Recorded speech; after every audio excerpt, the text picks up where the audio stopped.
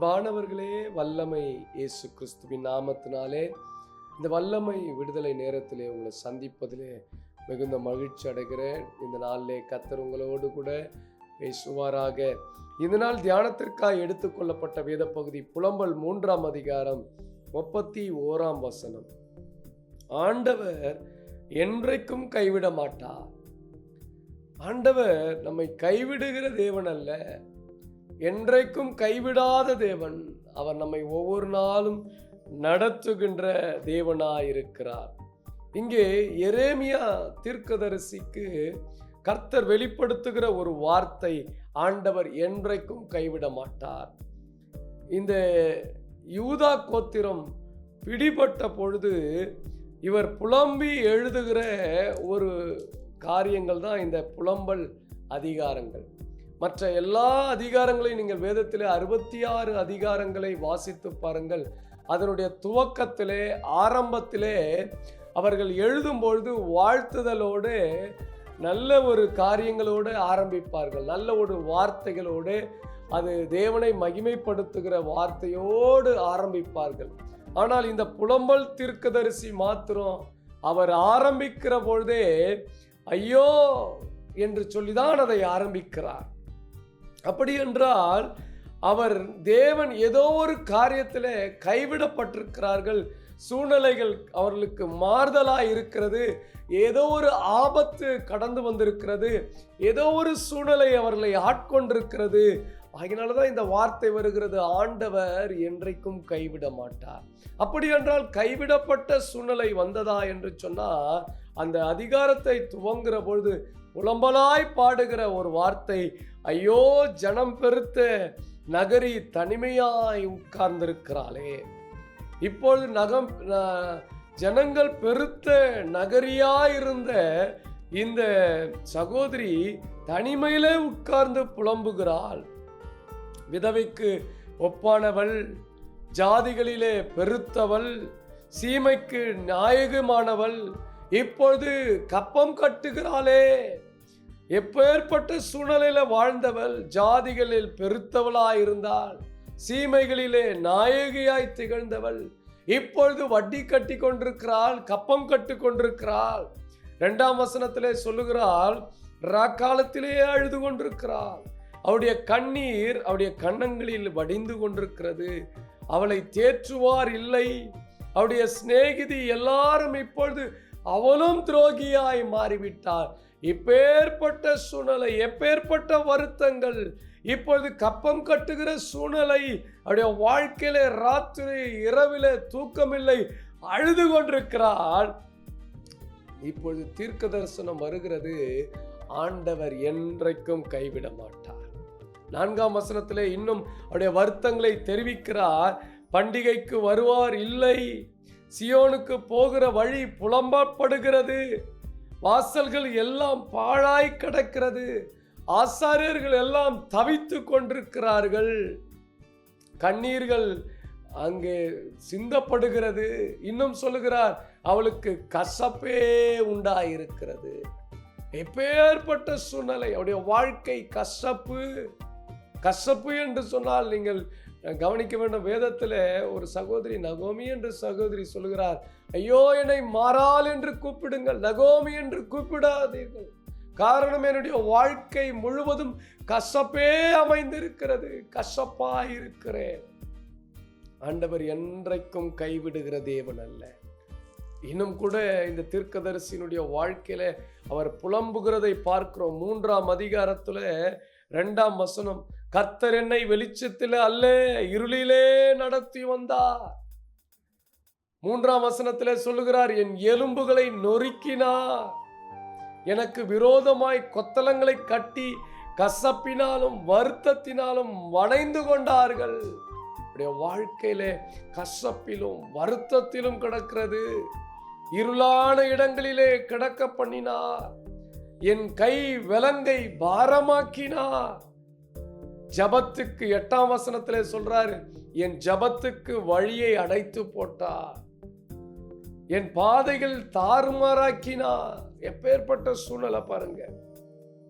15ஆம் வசனத்திலே கசப்பினால் என்னை நிரப்பி எட்டினால் என்னை வெறுக்க பண்ணினார். எட்டி என்று சொன்னால் கசப்பு.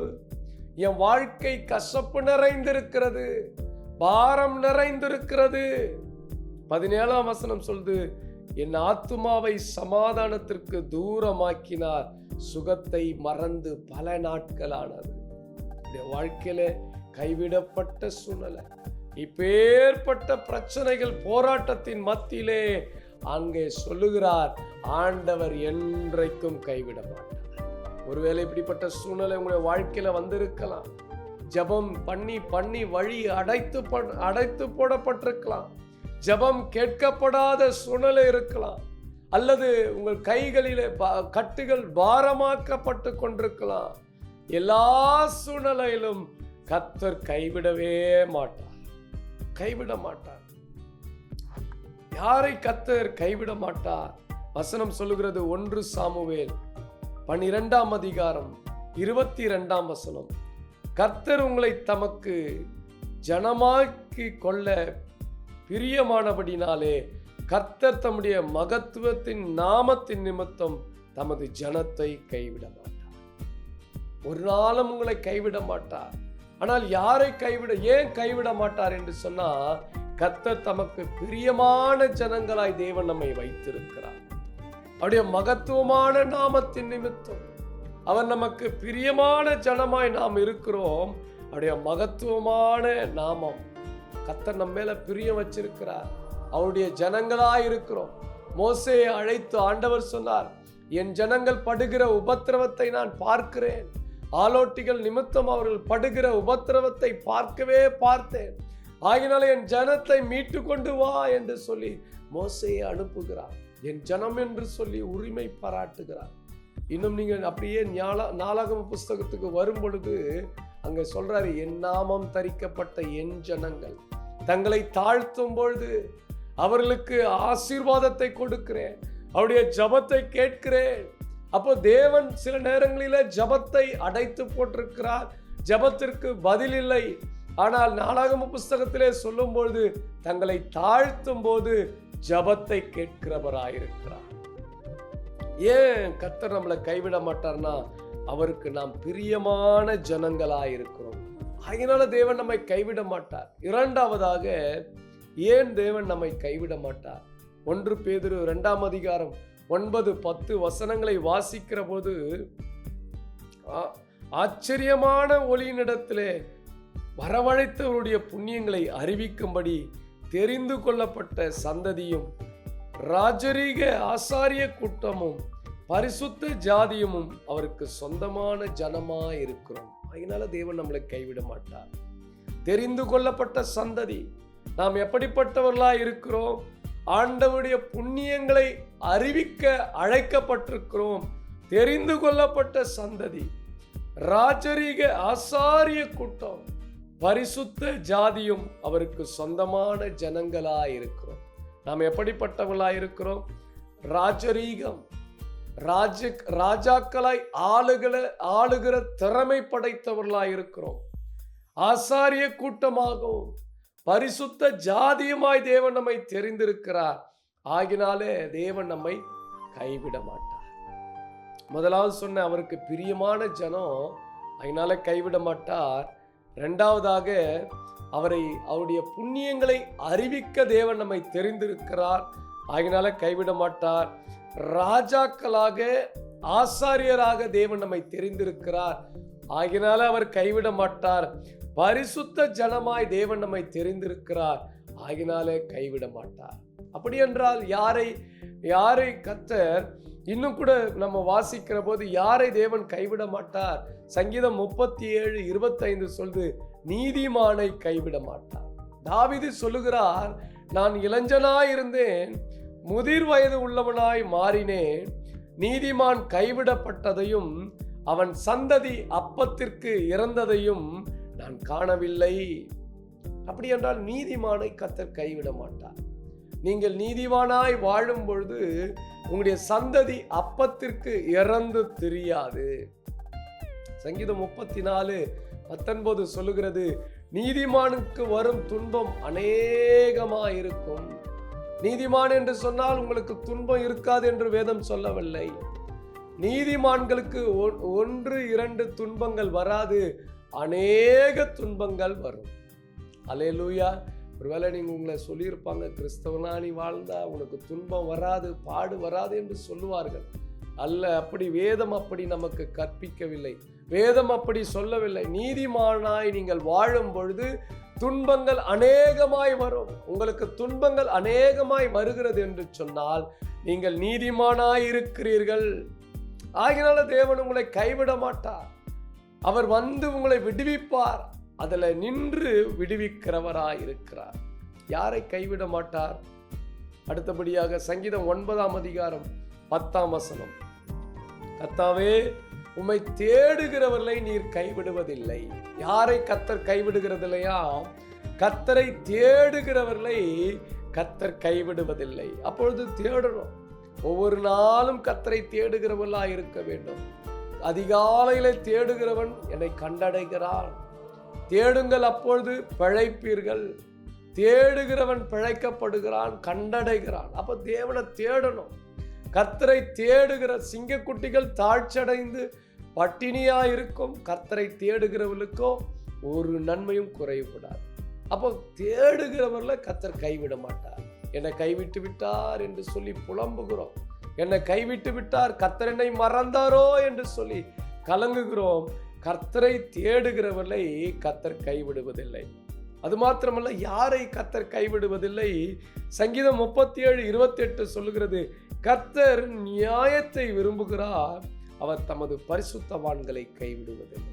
பரிசுத்தமாய் நடக்கிற பொழுது அவர் உங்களை கைவிடுவதில்லை. பரிசுத்தவான்களை கர்த்தர் கைவிடுகிற தேவன் அல்ல. பரிசுத்தமாய் நீங்கள் பரிசுத்த அவருடைய சொந்த ஜனமாய் தேவன் தெரிந்திருக்கிறார். பரிசுத்தவான்களை கர்த்தர் கைவிடுவதில்லை. அவருக்கு ஏற்ற பரிசுத்தம். நான் பரிசுத்தராய் இருக்கிறபடினாலே நீங்களும் உங்கள் நடக்கைகள் எல்லாவற்றிலேயும் நீங்கள் எப்படி இருக்கணும்னு சொல்றாரு? பரிசுத்தம் உள்ளவர்களாய் இருக்க வேண்டும். அவ பரிசுத்த ஜனத்தை, பரிசுத்தவான்களை கர்த்தர் ஒரு நாளும் கைவிட மாட்டார். உங்களுடைய வாழ்க்கையில நீங்கள் பரிசுத்தத்தை, பரிசுத்தம் உள்ளவன் இன்னும் பரிசுத்தமாகட்டும் என்று சொல்லி வேதம் சொல்லுகிறது. அப்போ பரிசுத்தவான்களை கர்த்தர் கைவிடுவதில்லை. இன்னும் கூட 4ஆவதாக வாசிக்கும் பொழுது யாரை கர்த்தர் கைவிட மாட்டார்? ஏசாயா 49:15-16 வசனங்களை நீங்கள் வாசிக்கிற பொழுது, தன் உள்ளங்கையிலே வரைந்திருக்கிறார். பெற்ற தாயானவள் தன் பாலகனை மறப்பாளோ? அவர்கள் மறந்தாலும் நான் மறப்பதில்லை, என் உள்ளம் கையிலே வரைந்திருக்கிறேன் என்று சொல்லுகிறார். தேவனுடைய உள்ளம் கைகளிலே நம்மளை வரைந்திருக்கிறார். அதனால கர்த்தர் நம்மளை கைவிட மாட்டார். ஒவ்வொரு நாளும் அவர் பார்த்துப்பார். நம்முடைய கையில, உள்ளம் கையில வரைந்திருக்கிற தேவன் கைவிடுவதில்லை. அடுத்தபடி யாரை கர்த்தர் கைவிட மாட்டார்? எபிரேயர் 13ஆம் அதிகாரம் 5-6 வசனங்களை வாசிக்கிற பொழுது, நீங்கள் பண ஆசை இல்லாதவர்களாய் நடந்தால் கர்த்தர் உங்களை கைவிடுவதில்லை. பணம் எல்லாருக்கும் தேவை, பணம் தேவைதான். ஆனா பணத்திலே ஆசை அதிகப்படுத்தக்கூடாது. சிலர் அதை இச்சித்து, பண ஆசை உள்ளவர்கள் சிலர் அதை இச்சித்து விசுவாசத்தை விட்டு நழுவி கர்த்தரை விட்டு தூர போகிறார்கள். அதனால சில இச்சைகளினாலே மாட்டிக்கொள்கிறார்கள். கேட்டுக்கு தப்ப முடியாமல் போய்விடுகிறார்கள். ஆக பண ஆசை இல்லாதவர்களாய் நடக்கும் பொழுது ஆண்டவர் சொல்றார், நான் உங்களை விட்டு விலகுறதில்லை, உங்களை கைவிடுவதில்லை. அப்ப பண ஆசை, அதை ரொம்ப அதிக ஆசை வரக்கூடாது. பணம் தேவைதான், நம்ம வாழ்க்கைக்கு பணம் தேவை, நம்ம குடும்பத்திற்கு பணம் தேவை, ஊழியத்திற்கு பணம் தேவை, எல்லாவற்றிற்கும் பணம் தேவை. ஆனா அதுல இச்சிக்க கூடாது. அதை நீங்கள் என்ன பண்ணக்கூடாது? அதை நேசிக்க கூடாது. தேவனை தான் முன்வைக்க வேண்டும், தேவனை தான் நேசிக்க வேண்டும். அப்ப தேவன் ஒரு நாளும் உங்களை கைவிட மாட்டார், என்றைக்கும் கைவிடாத தேவன். அப்படி என்றால் யாரை தேவன் கைவிடுவார்? வேதத்தில் நீங்கள் வாசிக்கிற போது சிம்சோனை தேவன் கைவிட்டு விட்டார். 16ஆம் அதிகாரம் 20ஆம் வசனம், தேவன் அவனை விட்டு விலகினதை அவன் அறியாதிருந்தான். பாவத்தில் விழுந்த பொழுது சிம்சோனை தேவன் கைவிட்டு விட்டார். பிறக்கும் பொழுதே ஒரு அபிஷேகம் அவனுக்குள்ள இருந்தது. பிறக்கும் போதே நசிரேனாய் வளர்க்கப்பட்டான். தேவன் அவன் மேல ஒரு ஒரு பலன் இறங்கும். கர்த்தருடைய ஆவியானவர் இறங்குவார். கர்த்தர் அவனை சில நேரங்களில் ஏவ துவங்குவார். ஆனால் அவன் பாருங்கள், கர்த்தரை விட்டு தூர போன பொழுது, பாவம் அவனுக்குள்ள ஆட்கொண்ட பொழுது, கட்டளை பிரமாணங்களை மீறின பொழுது தேவன் அவனை விட்டு விலகினார். அவனுடைய நிலைமை பாருங்க. தேவன் எதற்காய் அவனை அபிஷேகம் பண்ணினார்? அவனை பாருங்களேன், தேவன் அவனுடைய பலன் சாதாரணமானதல்ல. சிங்கத்தை அப்படியே ரெண்டாய் கிழிப்பான், கரடி அப்படியே கிழிக்கக்கூடியவன். ஒரு பெரிய ஒரு வாசக்கால் அதை அப்படியே தூக்கிட்டு அப்படியே தோல் மேல வச்சுட்டு போறவன். நல்ல ஒரு புது கயிறுகளை நெருப்புப்பட்ட நூல்ல போல அறுக்கிறவன். இப்படிப்பட்ட பலன் வாய்ந்தவன். அநேக பெலிஸ்தர்களை கொன்று குவித்தான். ஒரு கழுதையின் தாடை எலும்பு எடுத்து 1000 பேரை கொன்றான். இப்படிப்பட்ட பலம் வாய்ந்த சிம்சோன், தேவனால அபிஷேகம் பண்ணப்பட்ட சிம்சோன், தேவனுடைய வல்லமையினால நிரப்பப்பட்ட சிம்சோன், ஏன் தேவன் அவனை கைவிட்டு விட்டார்? அவனுடைய சித்தத்தை மறந்தான். நஸ்ரேய விருதத்தை இழந்தான். அவனுடைய பலன் முற்றிலுமாய் குறைந்து போனது. கடைசியில அவன் 20 வருஷம் நியாயாதிபதியா இருந்தான். இஸ்ரவேல் ஜனங்களை 20 வருஷம் அவன் நியாயாதிபதியாக நடத்தினான். ராஜாக்களுக்கு முன்பாக நியாயாதிபதி காலங்களிலே மிகப்பெரிய நியாயம் விசாரித்த ஒரு பலவான் சிம்சோன். கடைசியில அவனை பெலிஸ்தர்கள் பிடித்தார்கள். அவன் தேவன் கைவிட்ட பிறகு அவனுடைய 2 கண்களை பிடுங்கினார்கள். 2 கண்களை பிடுங்கினார்கள். அவன் கடைசியில மாவரைத்தான். தேவனால் பயன்படுத்தப்பட்ட சிம்சோன், தேவனாலே வல்லமை பெற்றுக்கொண்ட சிம்சோன், தேவனுடைய வார்த்தை பாவத்திலே விழுந்த பொழுது தேவன் அவனை கைவிட்டார். இன்றைக்கு நீங்கள் பாவத்திலே விழும் பொழுது கர்த்தர் உங்களை கைவிட்டு விடுவார். உங்கள் ஊழியத்தை கைவிட்டு விடுவார். உங்க குடும்பத்தை கைவிட்டு விடுவார். அனனியா சப்பிரால் பாருங்க, தேவனாலே அபிஷேகம் பண்ணப்பட்டவர்கள், அப்போஸ்தலர்களாக அழைக்கப்பட்டவர்கள். ஆதி அப்போஸ்தலர்ல அவருடைய காலத்திலே தங்களுடைய காணியாட்சியை விற்று தேவனுடைய ஊழியம் செய்ய வேண்டும் என்று சொல்லி பொருத்தனையோடு வந்தார்கள். பண ஆசை நிமித்தம் தேவன் அவர்களை கைவிட்டு விட்டார். அவர்கள் மரித்து போனார்கள் கணவன் மனைவியாக. சவுலை கூட கர்த்தர் கைவிட்டு விட்டார். 1 சாமுவேல் 28:15 வாசியுங்கள். கர்த்தருடைய வார்த்தைக்கு அவன் செவி கொடுக்காமல் போனான். கர்த்தருடைய திட்டத்திற்கு செவி கொடுக்காமல் போனான். கழுதையை தேடிக்கொண்டு வந்தவனுக்கு தேவன் ராஜாவாய் அபிஷேகம் பண்ணினார். கழுதையை காணோம் என்று சொல்லி தேடின ஒரு சவுல், அவன் கழுதையை மேய்த்து கொண்டிருந்த சவுல், தேவன் அவனுக்கு ஒரு பெரிய அந்தஸ்தை கொடுத்தார். 12 சமஸ்தானத்திற்கு ராஜாவாய் கர்த்தர் உயர்த்தினார். அதையெல்லாம் மறந்து, கட்டளைகளை மறந்து, தேவன் சொன்ன வார்த்தைகளை மறந்த பொழுது அவனுக்கு பாருங்களேன், கர்த்தர் அவனை கைவிட்டு விட்டார். அநேக நேரங்களிலே அபிஷேகம் பண்ணப்பட்ட தாவீதை துரத்தி கொண்டே இருந்தான். அவன் தேவன் ராஜாவாய் உயர்த்தினார். ஜனங்களை பார்ப்பதற்கு பதிலாக அபிஷேகம் பண்ணப்பட்ட தாவீதை துரத்தி கொண்டே இருந்தான். அவருடைய வாழ்க்கையில தேவன் கடைசியில கைவிட்டார். அவனுடைய நிலைமை பரிதாபமாய் இருந்தது.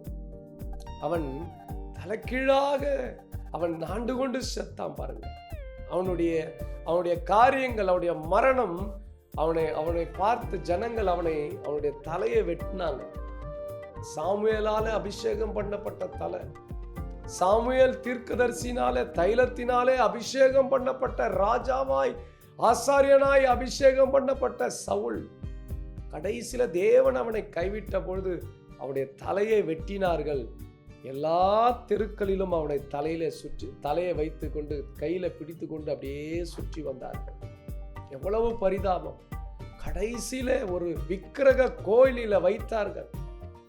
தேவனால் அபிஷேகம் பண்ணப்பட்ட சவுல், சாமுவேல் தீர்க்கதரிசியால் அபிஷேகம் பண்ணப்பட்ட சவுல், அவருடைய தலையில ஆனந்த தைலத்தை ஊற்றி, அபிஷேக தைலத்தை ஊற்றி அபிஷேகம் பண்ணப்பட்ட சவுல், தேவன் அவனை கைவிட்ட போது அவருடைய நிலைமை, கடைசியில அவருடைய தலை மாத்திரத்தை கொண்டு போய் விக்கிரக சலையில வைத்து, விக்கிரக கோவில்ல வைத்து நமஸ்கரித்தார்கள். விக்கிரக கோயில்ல வைத்து அவர்கள் பெருமை பாராட்டினார்கள். இன்னைக்கு எப்படிப்பட்ட சூழ்நிலையில் நீங்கள் வாழ்ந்து கொண்டிருக்கிறீர்கள்? தேவன் என்றைக்கும் கைவிட மாட்டார்.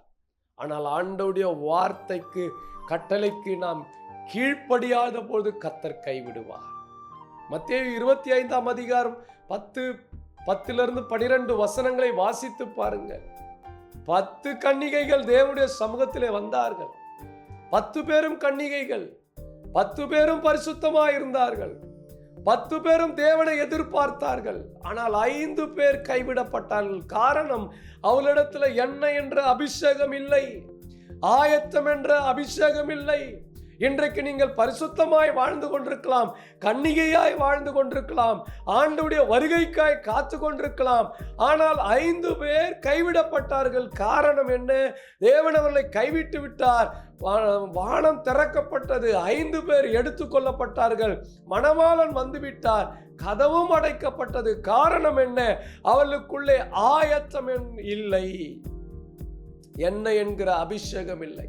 இதை கேட்டுக்கொண்டிருக்கிற அருமையான தேவனுடைய பிள்ளைகளே, ஆயத்தம் அபிஷேகம் இருக்கிறதா?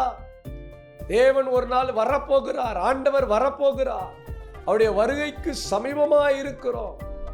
இன்றைக்கு நாம் கைவிடப்படக்கூடாது, தேவனாலே கைவிடப்படக்கூடாது. யூதாஸ், நீங்க லூக்கா 22:3 வசனத்தை வாசித்து பாருங்கள். தேவன் அவனோடு கூட கடைசி இரவு, வியாழன் இரவு அவனோடு கூட பேசினார். யூதாசே, முத்தத்தினால அல்லவா என்னை காட்டி கொடுக்கிறாய் என்று சொல்லி பேசினார். கடைசி நிமிஷம் பேசினதை கூட அவன் மறந்து போய் பணத்திற்காய் அடிமைப்பட்டார். ஆகினால தேவன் அவனை கைவிட்டு விட்டார். இன்னைக்கு எப்படிப்பட்ட சூழலில் இருக்கிறீங்க? தேவன் என்றைக்கும் கைவிட மாட்டார். ஜெபிக்கலாமா?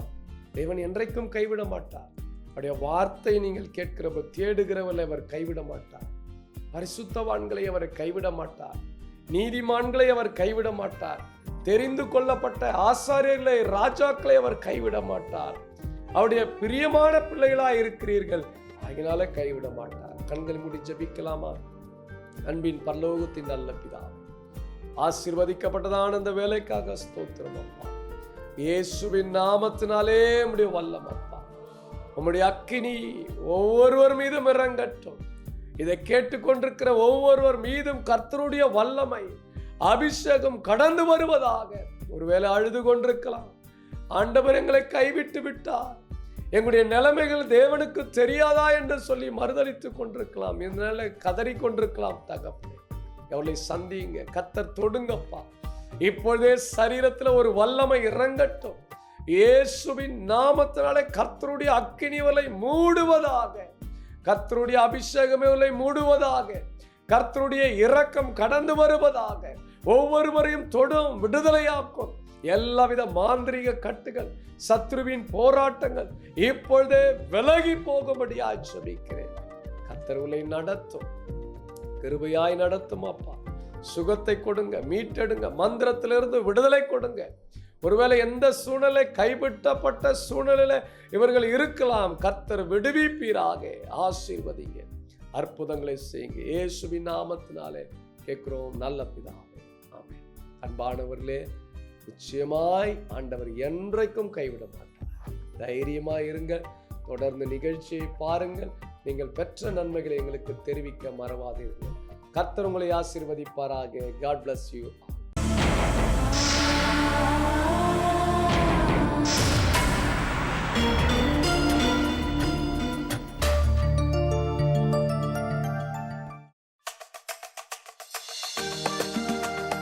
கர்த்தர் இந்த வருடத்திலே வாக்குத்தத்தம் பண்ணியிருக்கிறார். பறந்து காக்கிற பட்சியைப் போல சேனைகளின் கர்த்தர் எருசலேமின் மேல் ஆதரவாயிருப்பார். அவர் அதை காத்து தப்ப பண்ணுவார்.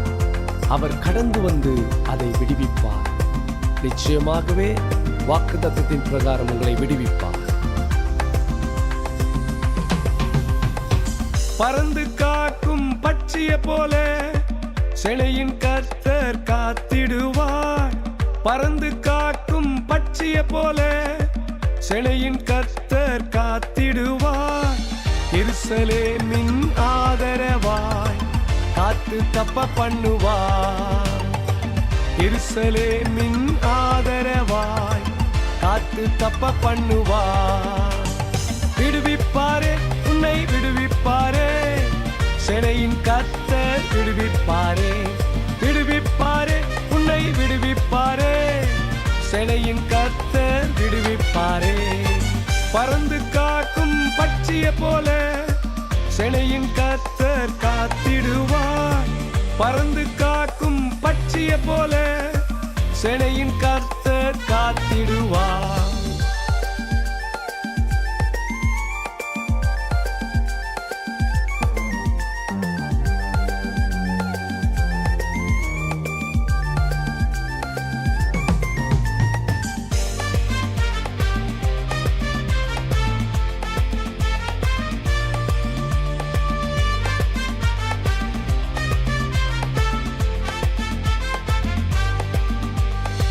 சூரியன் அஸ்தமிக்கும் திசை தொடங்கி கர்த்தரின் நாமத்துக்கே பயப்படுங்கள்.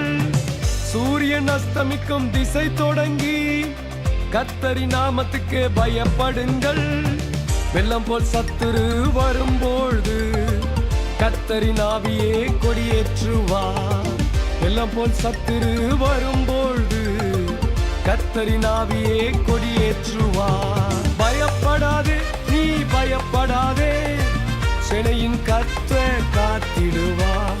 பயப்படாதே, நீ பயப்படாதே, சேனையின் கர்த்தர் காத்திடுவார். பறந்து காக்கும் பட்சிய போல சேனையின் கர்த்தர் காத்திடுவார்.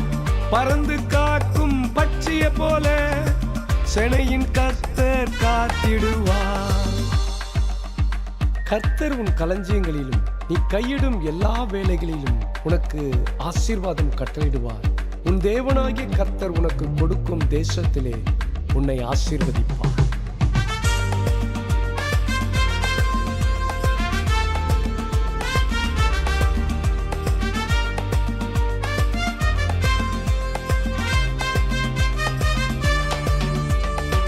வெண்கல கதவுகளை உடைத்திடுவார். இரும்பு தாழ்பாலை முறித்திடுவார்.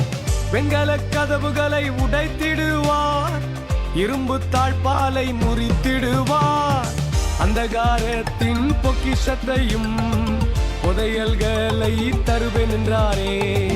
அந்தகாரத்தின் பொக்கிஷத்தையும் புதையல்களை தருவேன் என்றாரே.